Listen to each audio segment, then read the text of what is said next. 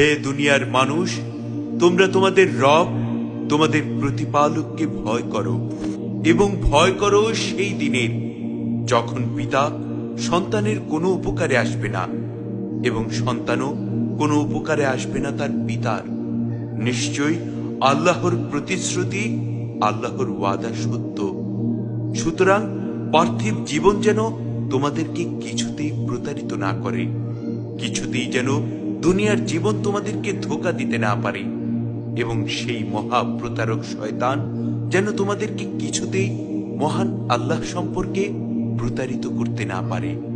আল্লাহর ওয়াদা যে সত্য, এ সম্পর্কে সূরা লুকমানের ৩৩ নম্বর আয়াতে মহান রব্বে কারীম ইরশাদ করেন, ইয়া আইয়ুহান নাসু তাকু রাব্বাকুম, হে লোক সকল, তোমরা তোমাদের প্রতিপালককে ভয় করো।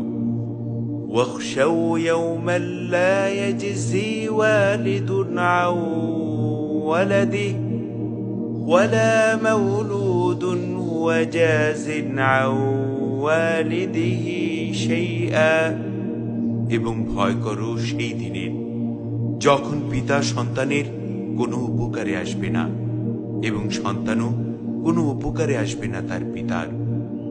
ইন্না ওয়া'দাল্লাহি হাক্ক, নিশ্চয়ই আল্লাহর ওয়াদা সত্য। ফালা তাগুররান্নাকুমুল হায়াতুদ দুনিয়া, সুতরাং দুনিয়ার জীবন যেন তোমাদেরকে কিছুতেই প্রতারিত না করে। ওয়ালা ইয়াগুররান্নাকুম বিল্লাহিল গরুর, এবং সেই মহাপ্রতারক শয়তান যেন কিছুতেই আল্লাহ সম্পর্কে তোমাদেরকে ধোঁকায় না ফেলে।